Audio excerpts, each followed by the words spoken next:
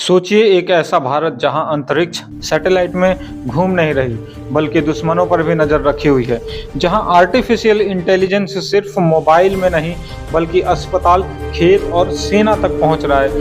AI in governance, transforming rural lives through smart farming and digital actuary. जहां भारत अब सिर्फ user नहीं बल्कि टेक्नोलॉजी लीडर बन चुका है। जी हाँ दोस्तों, साल 2025 भारत के लिए साइंस एंड टेक्नोलॉजी के लिए एक गेम चेंजर बन चुका है। आज की इस वीडियो में हम बात करेंगे 2025 में भारत ने साइंस और टेक्नोलॉजी में ऐसा क्या क्या किया कि पूरी दुनिया को चौंका दिया है। वीडियो को अंत तक देखिएगा क्योंकि वीडियो के आखिरी हिस्से में मैं आपको बताऊंगा कि आने वाले 5 सालों में भारत दुनिया के सबसे बड़ी टेक पावर कैसे बनने वाला है। नमस्कार दोस्तों, मैं हूं प्रेम और आप देख रहे हैं प्रेम टेक स्टोरी। सब्सक्राइब करो प्रेम टेक स्टोरी चैनल को।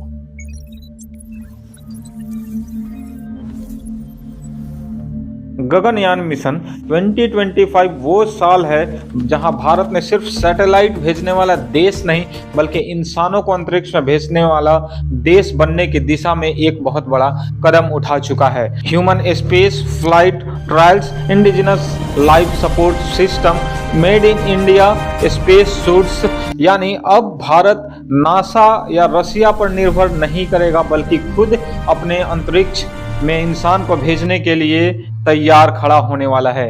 बात करें हम लोग दोस्तों तो चंद्रयान या फिर लूनार रिसर्च पर भी इंडिया काफी तेजी से आगे बढ़ता चला जा रहा है। चंद्रयान मिशन सिर्फ चांद पर उतरने तक नहीं बल्कि इंसान को भी वहां उतारने के लिए तैयार रहा है। 2025 में ही भारत ने चांद की मिट्टी, पानी और फ्यूचर बेसिस पर रिसर्च करना शुरू कर दिया है।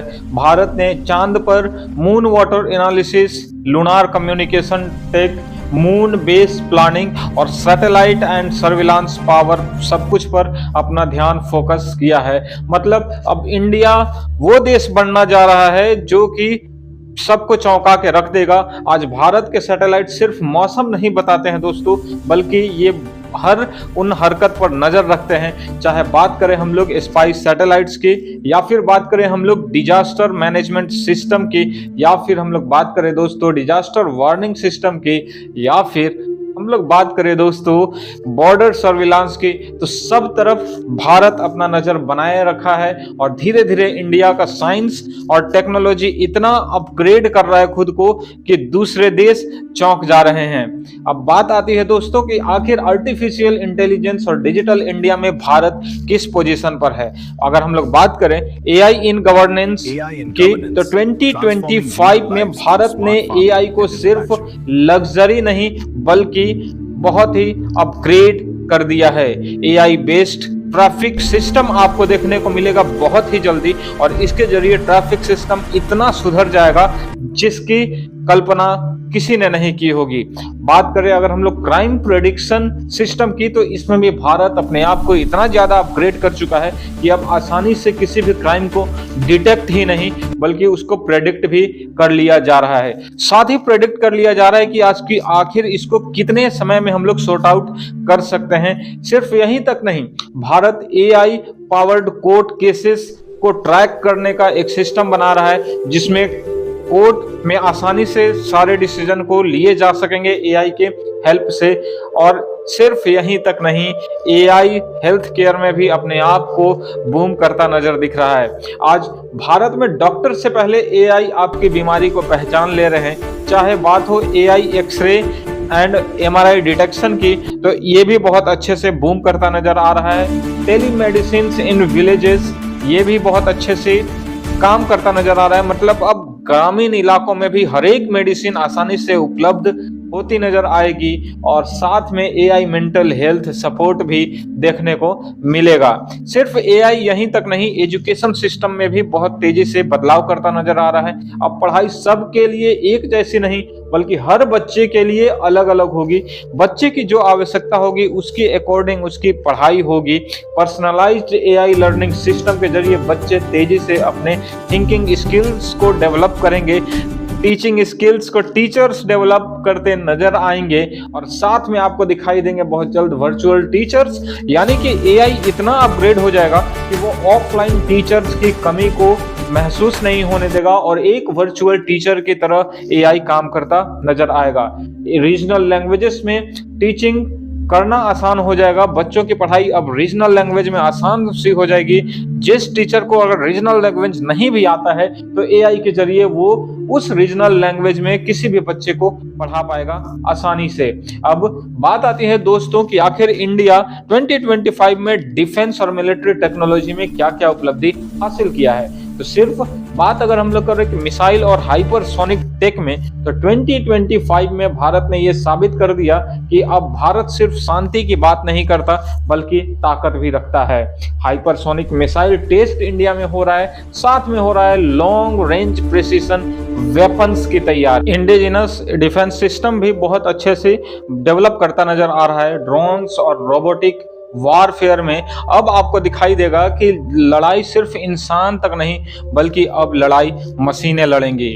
कॉम्बैट ड्रोन्स, सर्विलांस ड्रोन्स और बॉर्डर पर एआई रोबोट्स आपको जल्द ही दिखाई देने लगेंगे। मतलब ये है साफ है दोस्तों कि एआई के क्षेत्र में इंडिया अब सबका लीडर बनने वाला है। और आपको पता है कि इंडिया में अब एआई तेजी से बूम करता नजर आ रहा है और साथ में बहुत सारे कंट्रीज हैं जो कि एआई के क्षेत्र में इंडिया में इन्वेस्टमेंट अपना बढ़ा रहे हैं। अब बारी आती है दोस्तों ग्रीन एनर्जी और क्लाइमेटिक कंडीशन के इंडिया में, तो सोलर और रिन्यूएबल्स एनर्जी में भारत ने 2025 में साफ कर दिया कि फ्यूचर या तो ग्रीन होगा या फिर होगा ही नहीं। World largest solar project India में आपको देखने को मिलेंगे, चाहे गांव हो या फिर देहात हो या फिर हो शहर, सभी जगह सोलर पैनल्स आपको भर भर कर देखने को मिलते हैं। बात आती है दोस्तों ग्रीन हाइड्रोजन मिशंस की, तो इसमें भी इंडिया बहुत तेजी से आगे बढ़ता नजर आ रहा है। आपको हर पेट्रोल पंप पर अब आपको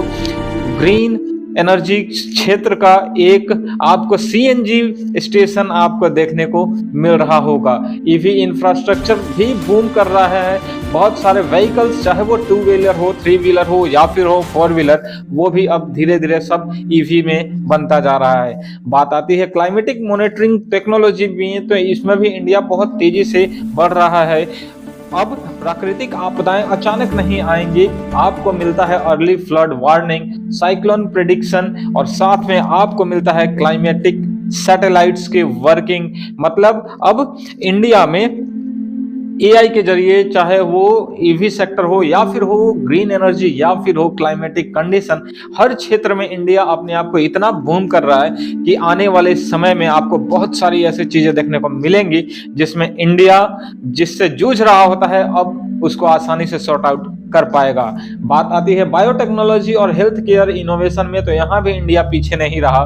2025 में भारत सिर्फ दवाइयां बनाने वाला देश नहीं बल्कि लाइफ सेविंग इनोवेशन हब बन गया। वहीं नई वैक्सीन आसानी से इंडिया क्रिएट कर पा रहा है। कैंसर रिसर्च इंडिया में डेवलप हो रहा है तेजी से, ताकि कैंसर से जूझ रहे मरीजों को आसानी से उनका क्योर मिल सके। जीन थेरेपी ट्रायल्स भी हो रहे हैं और साथ में अफोर्डेबल बायोटेक सॉल्यूशंस भी आसानी से सबको मिल पा रहे हैं। तो अब इंडिया में सिर्फ असेंबली नहीं बल्कि इंडिया धीरे धीरे इनोवेशन फैक्ट्री बनता जा रहा है।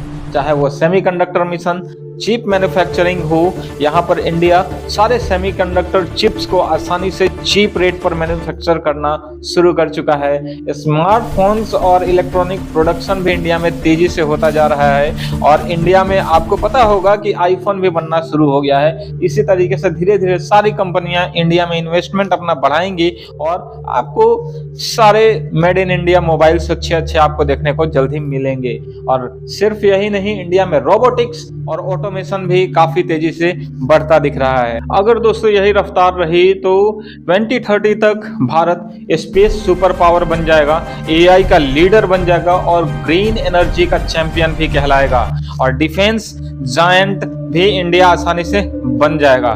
2025 ने हमें यह सिखा दिया कि भारत अब पीछे चलने वाला देश नहीं बल्कि भारत अब लीड करने वाला देश है। साइंस और टेक्नोलॉजी अब सिर्फ किताबों में नहीं बल्कि हर भारतीय की जिंदगी में है। अब सवाल सिर्फ इतना है कि क्या हम इस बदलाव का हिस्सा बनेंगे या सिर्फ दर्शक बनकर देखेंगे।